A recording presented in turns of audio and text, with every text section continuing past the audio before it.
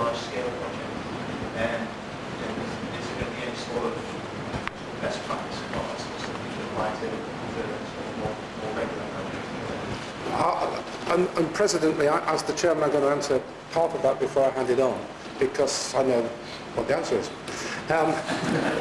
One of my roles is I chair the Strategic Forum for Construction, which is a group of pan-government people who actually feed into the construction minister. And one of the tasks that he's levelled at me is to take all the lessons from the Olympic Park and translate them into usable means for regular construction, if I can call it that.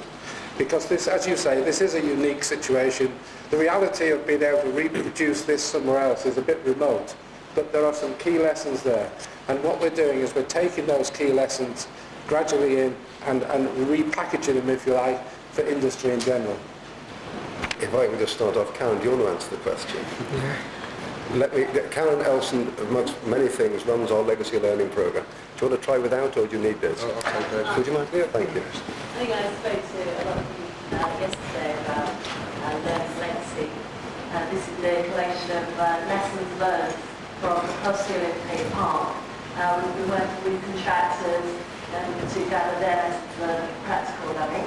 And then we've also been working with researchers and the experts who know the ASC level, of course, to identify key lessons learned in strategies, in projects, innovations, best practice. And this is all been gone to our Learning Legacy website in October. And we work with partners such as the Institute of Civil Engineers, Health and Safety Executive, a number of the academic institutions up at Imperial College, to help disseminate this and ensure that the lessons are learned and transferred into the industry. It's all very well producing lots of lessons learned. We're not transferring them, then it's not meeting our objective of raising the bar, and that's what we're trying to do with Learning Legacy. Does that answer your question? Yeah. Any other questions before we move on? Can I just... Yeah, sure. I'll come back to you in a second. As you know, I work for CLM, which is the three companies, the delivery partner, and I can certainly say that each of those companies uses a lot of the stuff that we've done in its marketing of trying to get jobs with other companies, both in the UK and around the world, and that's probably one surefire way where a lot of these processes and the way we've done things here will get disseminated across the industry, because people want to know how we've done it. It's a very powerful way. Before I come to the gentleman here, one of the things that started out at the very beginning was the 2012 commitments. Have you come across those?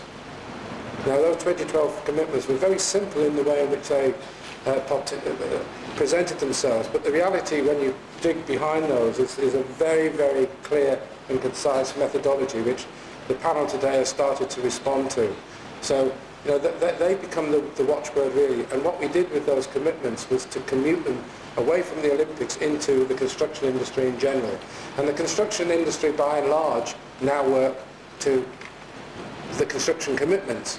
And we've taken one step forward with that, which is to now produce the client commitments, which mirror all of that again, but gives a more client-focused approach to it. So we're starting to join up the dots. Question there. Oh, sorry. These guys down here need a microphone, you don't, obviously. They're getting old. Yeah, one thing I'll just add to the sharing of, I'd say, best practice, and it's not necessarily project management, but it's around health and safety. One of the things we've done on the Olympics is very much work together as the contractors on the park, along with our CA and ODA, to ensure that we not only learn from our experiences of when we try things, but we share what has been best practice in our own companies. And I think that's been borne out by some of the contractors who've left, finished their projects and have come back, and we've had catch-outs where they said, what we've been doing on the Olympics is a level above, quite a big level above, and now we're putting that into practice. So I'm hopeful going through the coming years that we can see massive improvement, certainly in health and safety stuff, which has been borne out from the Olympics. And you heard Howard say how the Terminal 5 people, which at the time that was the target to aim for, it's not any longer, and they're growing, and the whole process is evolving into a far better process. And this is going to be a major milestone, as indeed Terminal 5 was at the time. And of course you have the great advantage of picking up the load and taking it to the next stage. That's your challenge. Indeed. Eventually we're back to you. Yeah, I was just going to, there was a question before on the influence of government. I was interested, aside from the obvious spending review and cost containment, what was the main impacts of changing government during the project and what you do to mitigate those problems? There weren't necessarily problems. Yes. Like any good public servant, I'm not a civil servant, that takes a long time. We're apolitical. So before, in the run-up to the election, we briefed both opposition parties and, as we'd always briefed, the incumbent party. I think the important thing is that actually there was total cross-party support for the Olympics. There always has been. And we've actually always received a lot of support from central government and from local government, and particularly in Westminster. And very little. I mean, I think the only downside is occasionally local MPs do raise issues which are central to their own particular area. But I think in broad terms, people have been very focused on UK PLC and wanting it to be right. And I think politically, it still continues to have that support. And hopefully that will happen and continue. Yeah. I think that's absolutely right. Well done. We've had quite a few... Oh, there's a question at the back. Yes, I was wondering, going back to both questions, one side budget and one side research and innovation, and learning the lessons that we learned from this project.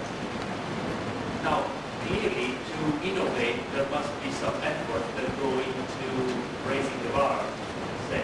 Is it easy for you to try to put a figure to how much of the budget has gone into trying to innovate and raise the bar? Or if that kind of budget was required anyway because of the complexity with the project? Who would like to have a stab at that one? I'll just sort of start off.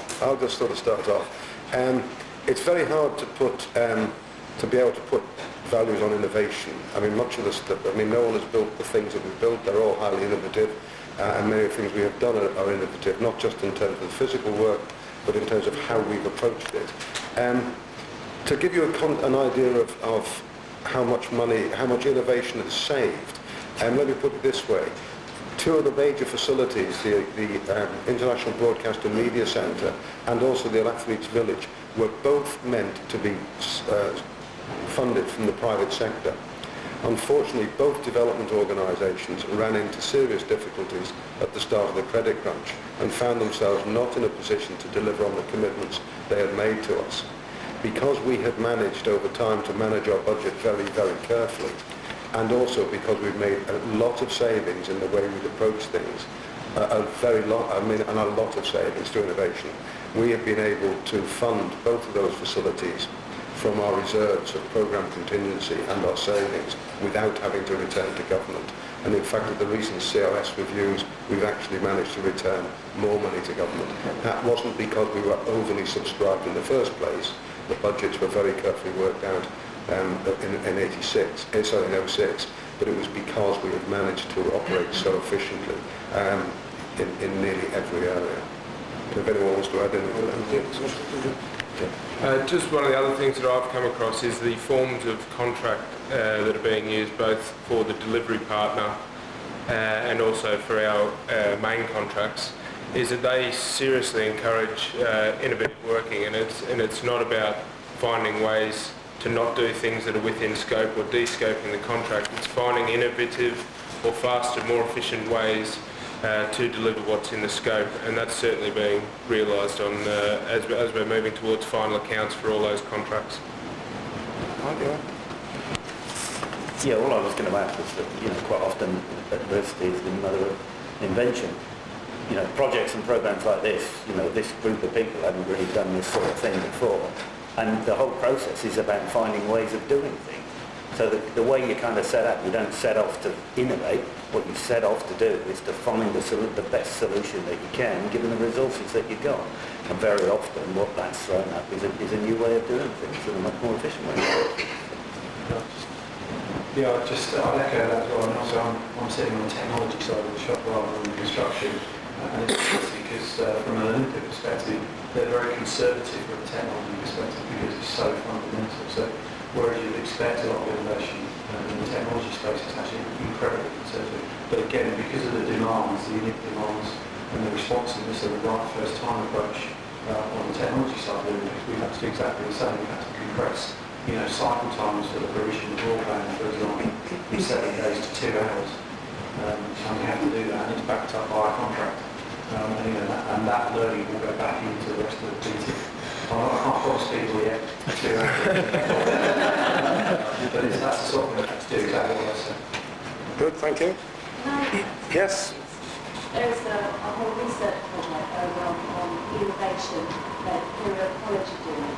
And they're doing a number of interviews with the C11 aviator and with each of the Tier 1 contractors to identify what was innovative on this project and how we can take that learning forward into future projects and programs.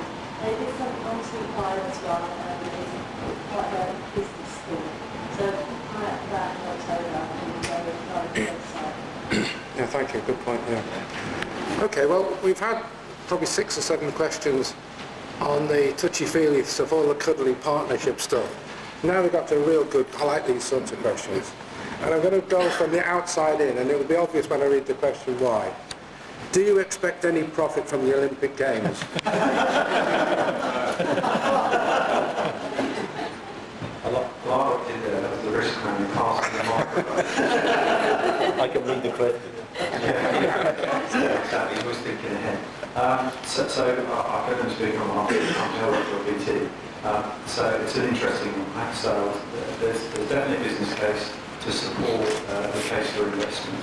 I think it's marginal because of the challenges and the risks associated with delivery.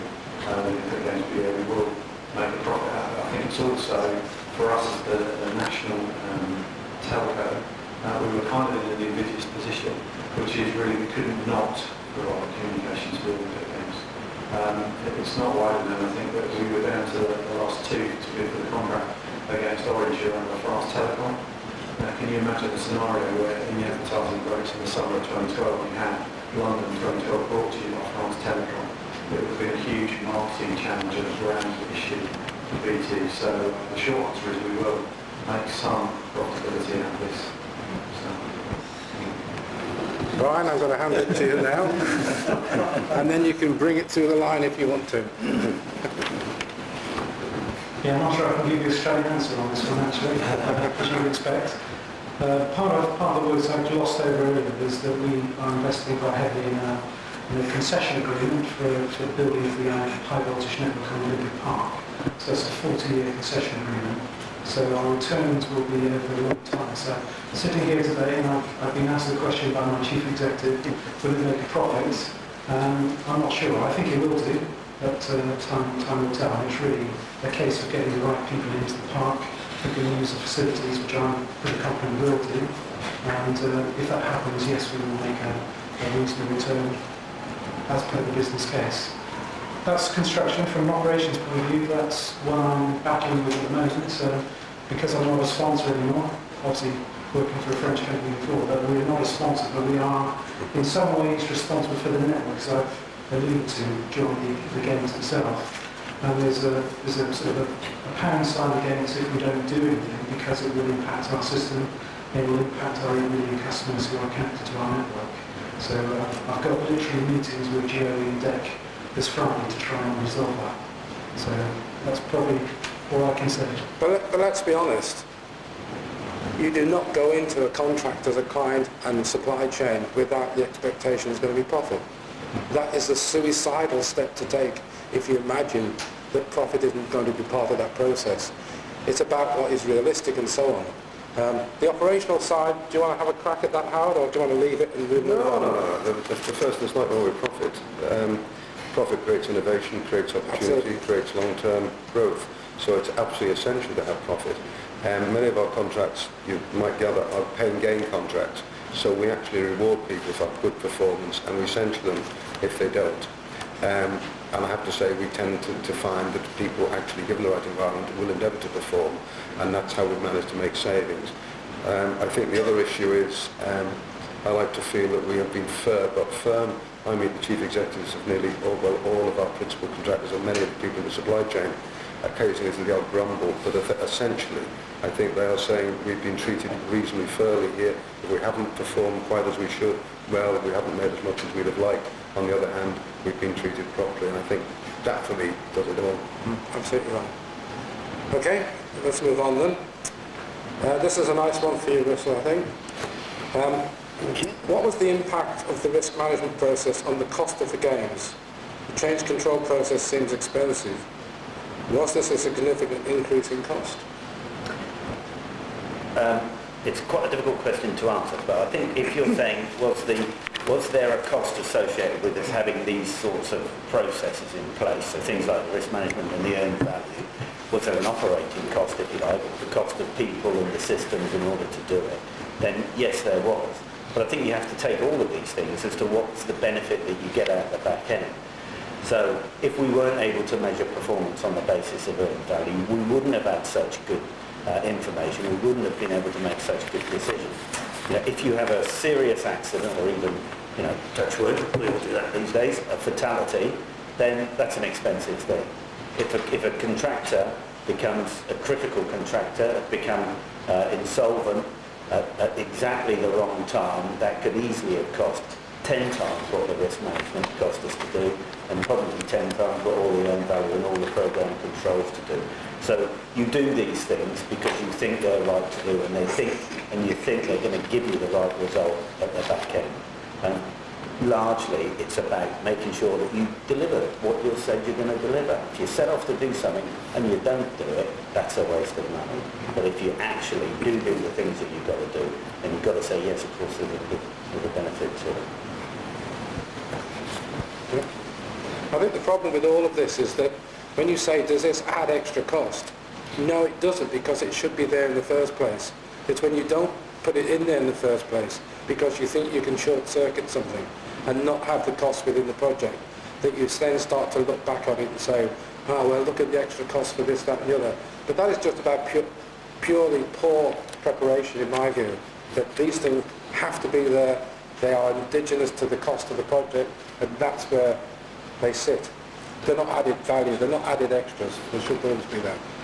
You must all realise, I'm sure, that the biggest villain in the piece of any successful programme and project management delivery is change.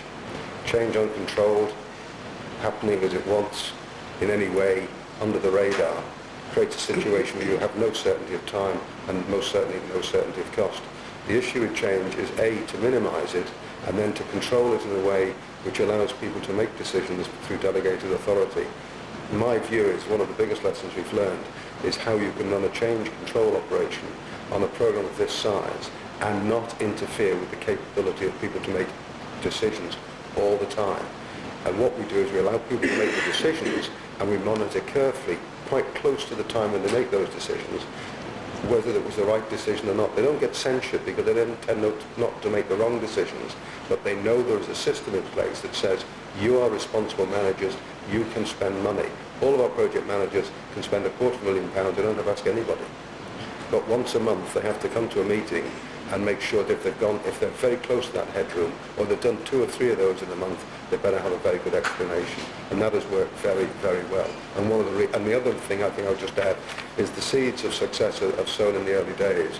And one of the rules we set up very early on in procurement was don't come to the procurement board to start a procurement process. And some of these procurements are up to £500 million. If you haven't got a number of things, you haven't got a design signed off by stakeholders to stage D of our IBA. Secondly, you haven't got a business case signed off by stakeholders and government. And thirdly, if you haven't got a plan as to how to address industry, a procurement plan, don't bother coming. And that's one of the big issues that we've used to make sure when we bought things, we bought what we wanted, not what we thought we wanted. Does anybody else? I mean, risk is indigenous in everybody's programmes.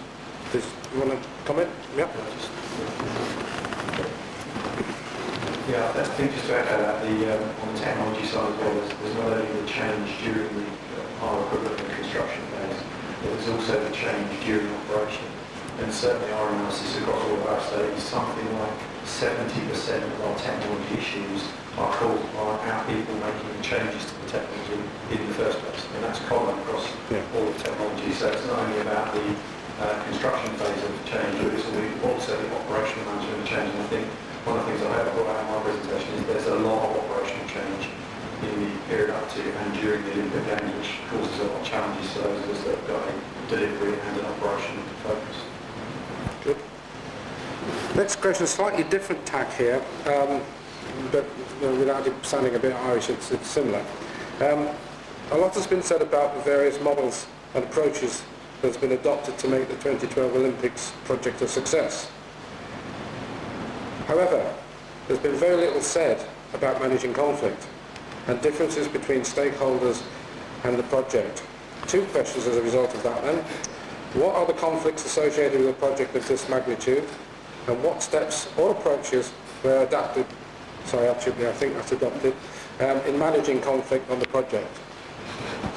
It's a natural one for you, but there must be others who want to chip in on that. We don't have a lot of conflict. Or something like that. This is what autocratic management does for you. Two areas of conflict. First of all, let's deal with the one that people normally focus on, and let's pick the Wembley issue. When we talked to industry in the very early days, they were very concerned, and I'll come back to that in my final words later about just where we stood with the industry in those early formative years. The industry said we're very concerned. We've seen what has happened at Wembley. We've seen many big programmes go the wrong way. And one of the problems is we don't spend a lot of money on lawyers finding out who was right. And I met regularly over a period of time as the construction commitments were being discussed. In parallel, we talked to industry about what industry would like to have. And one of the things they said they'd like to have is a mechanism that before you go to adjudication can give everyone a chance to have just a bit of a calm down, a little bit of an eyes wide open thought, and a bit of facilitated eye-opening, because we all get fixed ideas about a particular issue. And the system's very simple. We have 12 people who are recognised in the industry as being professionals in a range of fields who are totally independent, under an independent chairman who just happened to be one of the principal authors of the NEC contract. So if we have an issue about what the intent of NEC was, we just ask the author, which is quite helpful. And what happens is if a contractor finds he's not agreeing with CLM or the ODA teams about an issue, and it looks like it's moving into a sort of a bit of an argument, his chief executive or operations director gets in touch with me. We agree it looks like we've got a little bit of issue brewing, and we agree that we'll call in a member of the independent dispute avoidance panel, and a member comes in and listens to both sides and says, well actually, I think you better listen to that guy, he's got a good case, better listen to him.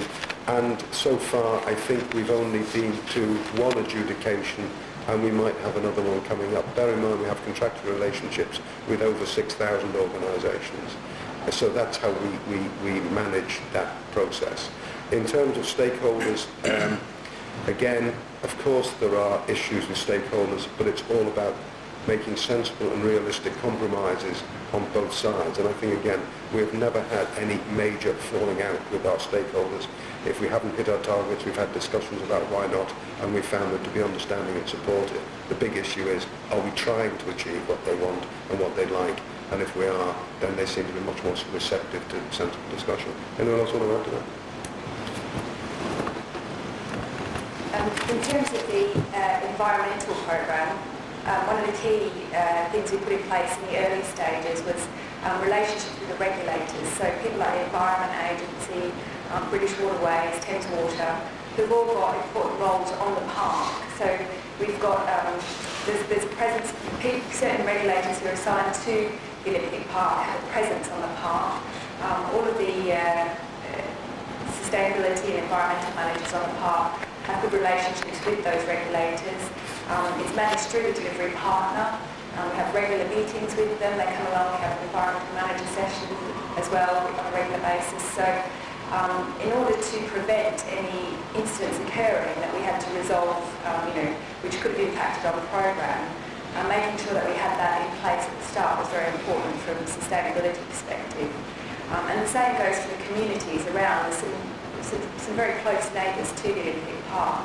So we've got a community team in place who go out to brief the community, deal with any issues that have come up, things like the noise and dust and things like that. We've got monitoring in place.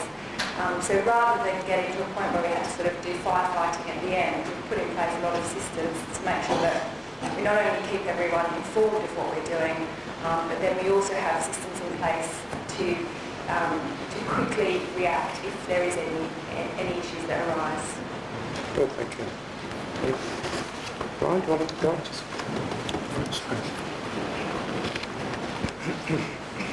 Yeah, Chair, Harold said we don't have conflicts, and that's very true. I'm not aware of anything I've experienced, certainly in the last probably 3 or 4 years.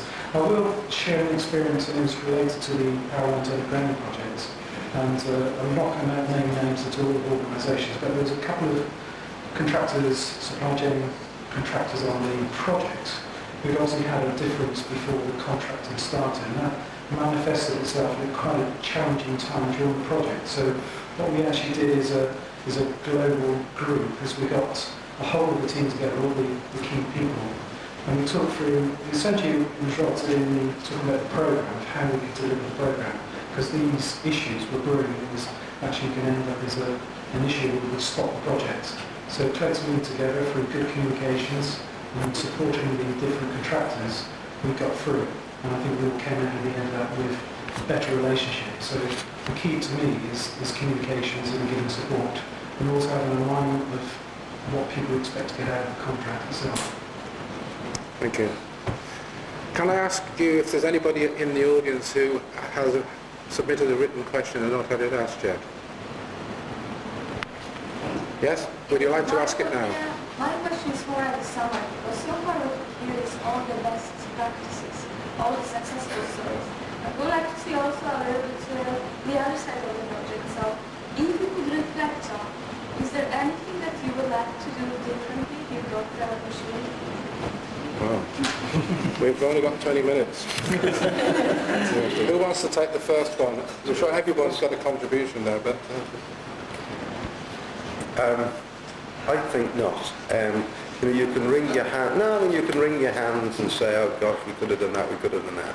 I mean, if there had been any really serious bad news, let's be clear, the press would have picked it up by now. They've been trawling for it for 5 years. The fact is, we just don't do bad news. The grim reality is, and in a way, just go back for a minute. I just go back to something we as an executive team, a decision we took. We took a decision that we'd like to survive. I don't think that's a bad decision.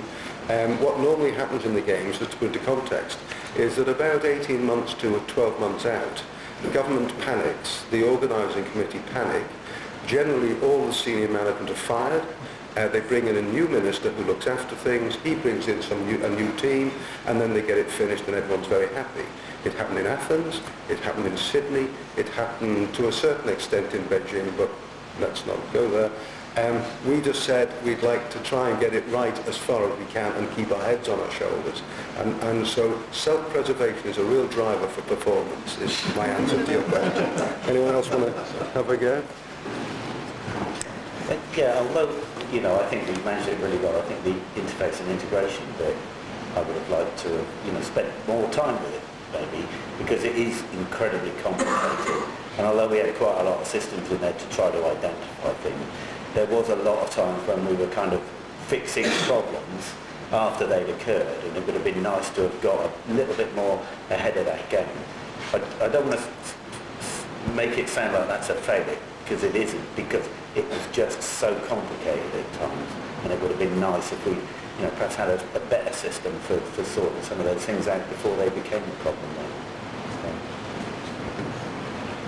I'll just give you a perspective from the other side, so we can contract with local, the organising committees rather than with ODA. I think there's a couple of things for me. I think, and I alluded to in my presentation, I think the knowledge management from one of the games to another was not very effective. Like Brian, expected to turn up and someone would give you the playbook with Beijing on the front and I would just take that and work with it. And I have to say, if I'd had something more effective, it probably would have reduced the length of our programme from 4.5 years to 3.5 years, which is quite a significant cost reduction. And the other thing I'd say about the contracting relationships, again, contracting with local, I think There's a certain type of contracting relationship which is quite aggressive and is very challenging, but at the same time we have to work as one integrated team. So the contracting framework drives a certain type of behaviour, and it takes quite an effort for the programme director on the ground, and I know Brian has this, to try and all constantly quarantine the team doing the delivery operation from the contracting framework, because it would be very easy for it to spiral. So it's looking at how the contract's constructed and what behaviours it will drive, and the other one for me would be more effective transfer of knowledge from previous games, because the format of the games doesn't really change that radically from games to games. Of course. Just from a sustainability perspective, I think that the works contract is